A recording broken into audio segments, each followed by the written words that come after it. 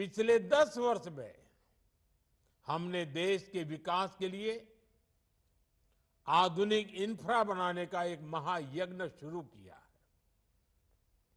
आज हम सिर्फ बिल्डिंग नहीं बना रहे हैं, हम एक स्वस्थ और समृद्ध महाराष्ट्र की नींव रख रहे हैं।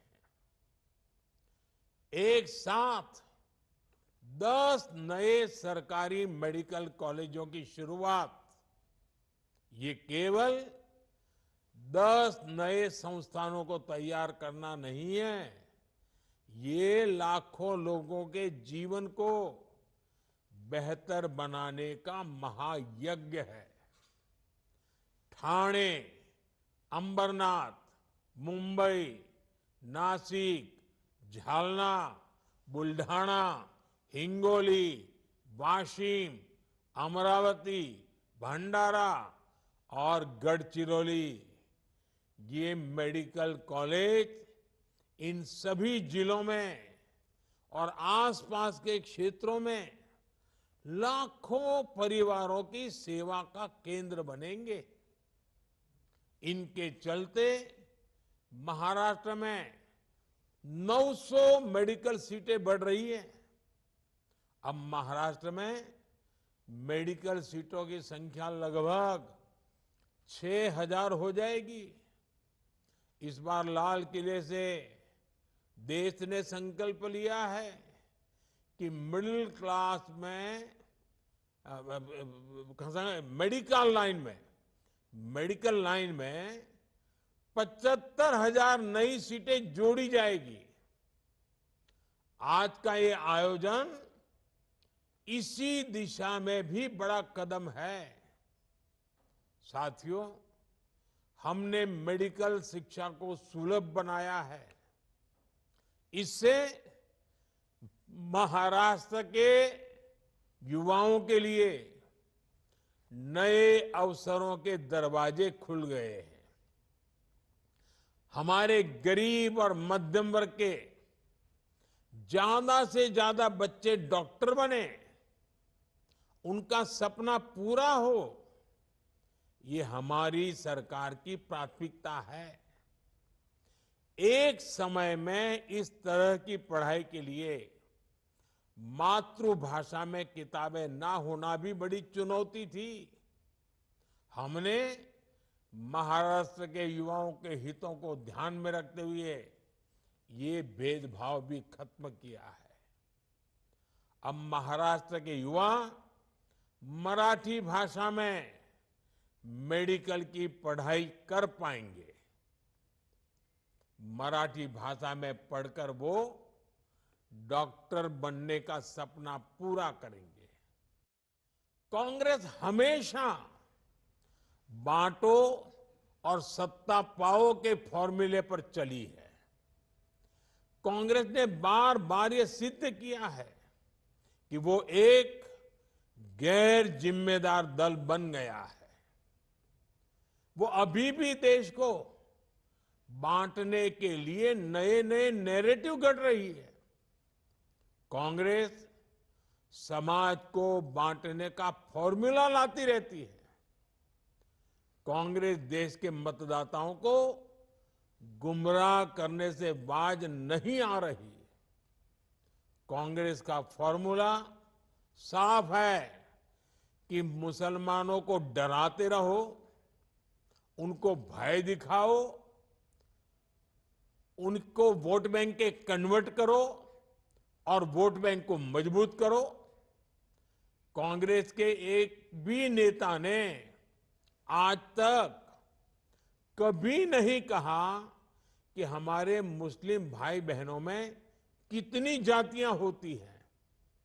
मुस्लिम जातियों की बात आते ही कांग्रेस के नेता पर मुंह पर ताला लगाकर बैठ जाते हैं।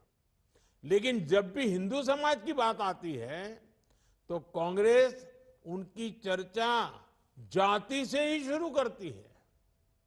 कांग्रेस की नीति है हिंदुओं की एक जाति को दूसरी जाति से लड़ाओ।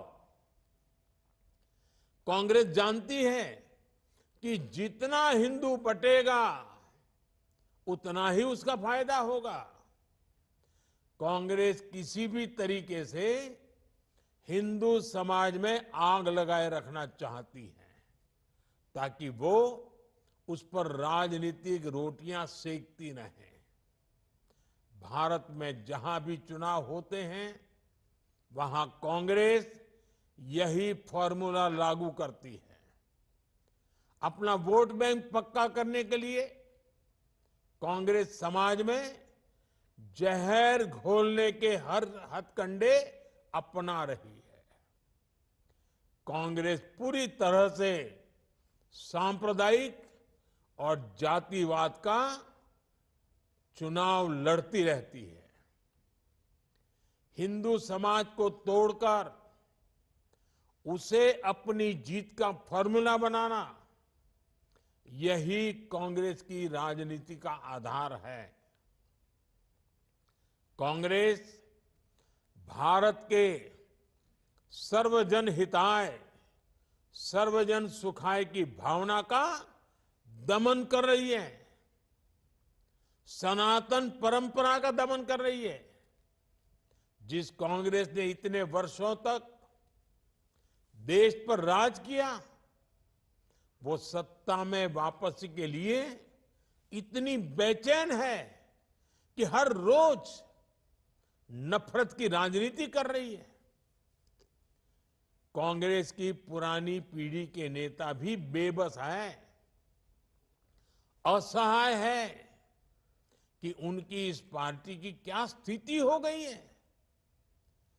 कांग्रेस की ये स्थिति होने वाली है। कांग्रेस नफरत फैलाने की सबसे बड़ी फैक्ट्री बनने वाली है। ये गांधी जी ने आजादी के बाद ही समझ लिया था। इसलिए ही गांधी जी ने कहा था कि कांग्रेस को खत्म कर देना चाहिए।